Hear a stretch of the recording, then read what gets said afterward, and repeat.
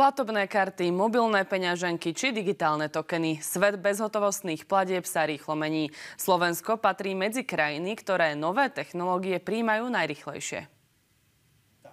Zvyšovanie bezpečnosti a prechod na digitálne platby sú dnes hlavné trendy vo svete financií.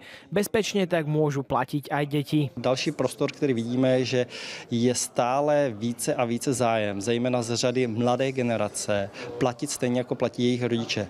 Tím prostorem je umožnit digitální platbu i dětem se souhlasem samozřejmě zákonného zástupce. S príchodom tzv. Tokenov sa pomaly môžu vytrácať klasické plastové bankomatové karty. Bezpečnosť však nie je len o kartách, ale aj o technológiách, ktoré ich chránia. Už v súčasnosti ponúkame našim klientom a aj je množstvo našich riešení implementovaných na Slovensku na to, aby sme znižovali výrazným spôsobom alebo aj eliminovali riziko zneužitia platobných kariet, respektíve ochránili tak bežných spotrebiteľov od toho, aby mali zneužité peniaze. V princípe to funguje tak, že ak si niečo objednáte z neoverenej stránky, tak banka vám transakciu zablokuje. My máme systémy, ktoré vedia predikovať, či tá transakcia, respektíve ako veľmi tá transakcia je riziková alebo vôbec nie je riziková. Na základe toho banka dostane informáciu, či môže povoliť autentifikovať tú transakciu alebo naopak. Pripravili sme aplikáciu, ktorá sa volá RajPay